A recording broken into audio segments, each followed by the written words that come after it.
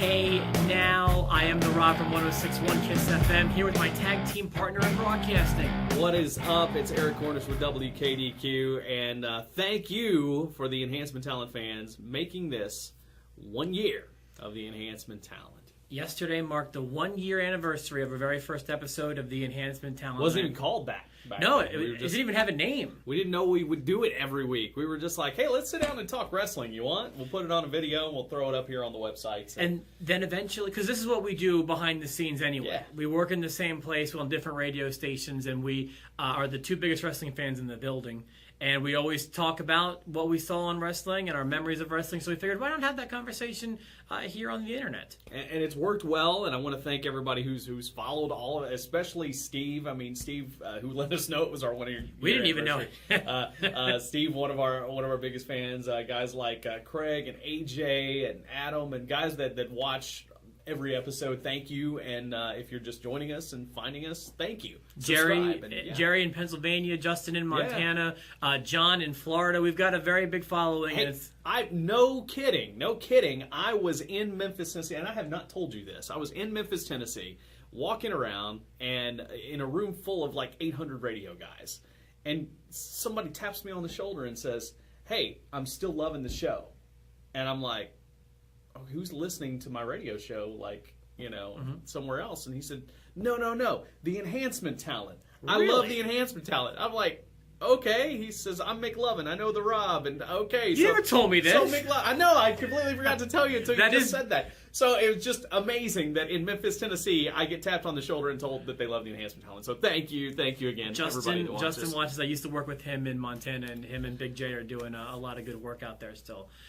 So thank you, everybody. There's been some great memories both on the Enhancement Talent and in wrestling over the past year or so. Yeah, and today we thought we'd come to you and give at least, maybe our top three each of biggest news items or biggest stories in wrestling over the last year. You want to start and give one of yours? My favorite thing that's happened in wrestling over the past year, and I think the biggest thing that's happened, is the launch of the WWE Network. Not only that, its launch and its, I'll call it success, and just as a personal, to me, I love it. I love having it. Happy to pay the bill every month when it comes in because the content they provide me is just perfect. Yeah, absolutely.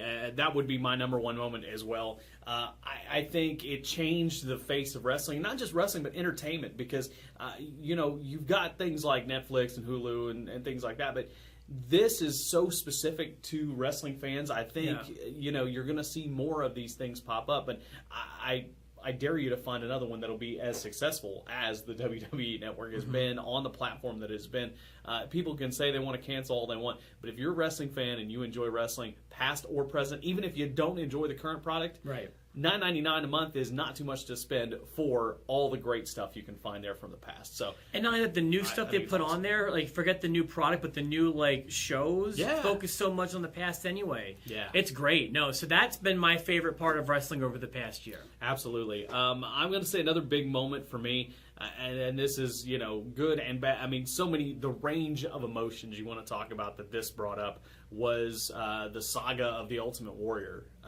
Great choice. Talk about, the impact that he had on the business, especially people in our age group and our demographic. The impact that he had, it might have been for a short time, but I was the Ultimate Warrior guy. I was not the Hulk Hogan guy. So to see him finally mend fences, to finally come back, to be inducted into the Hall of Fame, to show up on Raw, to be at WrestleMania, and then just almost like something out of a movie, he drops dead the next day. The next day after Raw. Just unbelievable. It talks about giving a promo until your heart stops beating and stuff like that. Just really crazy it's stuff. Giving me chills right now because I'm thinking about that promo that he gave, and it's something completely out of a movie that doesn't seem like real life, and that's kind of what Warrior was. That's the man Jim Elwick was, something out of a movie, out of another realm. So so that entire saga, for me, definitely one of the biggest stories of this past year. Another really big story over the past year that we talked an awful lot about, and the wrestling community has certainly talked a lot about, still feeling the effects of this, in my opinion, was the sudden departure of CM Punk. And it's amazing that you've come right up on all three of mine. That's exactly where I was going as well. in this modern age of wrestling, you don't see that kind of thing happen because there's only one place to work.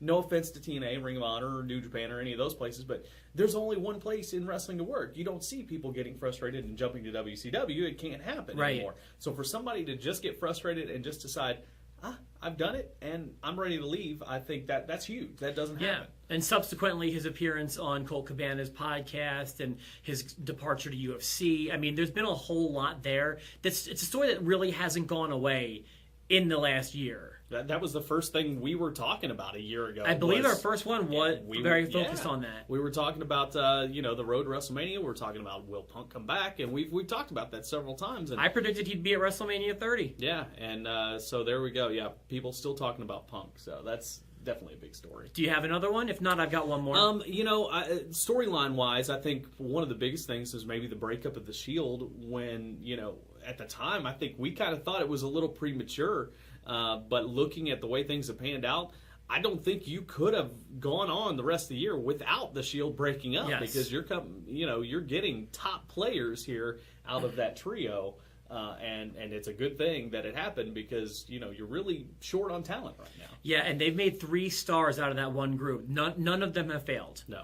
And the one more that I'll mention in the same kind of vein as it was an on-screen thing, I will never forget the way I felt when Lesnar pinned Undertaker at WrestleMania. Yeah, I mean, and it's funny that one's fallen back so far because that is a huge. But that was just like. I feel like in today's day in wrestling, we're very rarely surprised with the internet. That was just so well guarded, so out of left field, so unpredictable that it was the perfect time to pull the trigger on that. Yeah, and just a huge moment that's going to kind of change, the Undertaker's legacy forever. I mean, a lot of people thought that his legacy would be that he would always be undefeated at WrestleMania. And the way it happened and the way it catapulted Brock Lesnar, I think, in the long run, was a good thing. They still refer to it. I mean, even on the promo from the Connecticut, it was he's still the one in 21-1. And they can forever. Yeah. I mean, anytime Brock Lesnar's around, that is now the story. Even when Brock loses the world title, he has that I beat the Undertaker at WrestleMania title. That will never go away. Yeah, and one more thing I'll throw in there. How about the appearance of Sting?